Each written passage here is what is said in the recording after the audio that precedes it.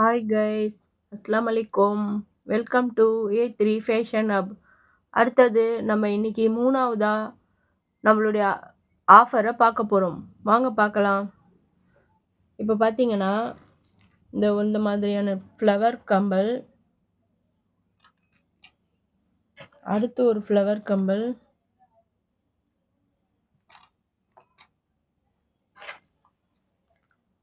இதை பாருங்க, அடுத்து ஒரு கம்பல்,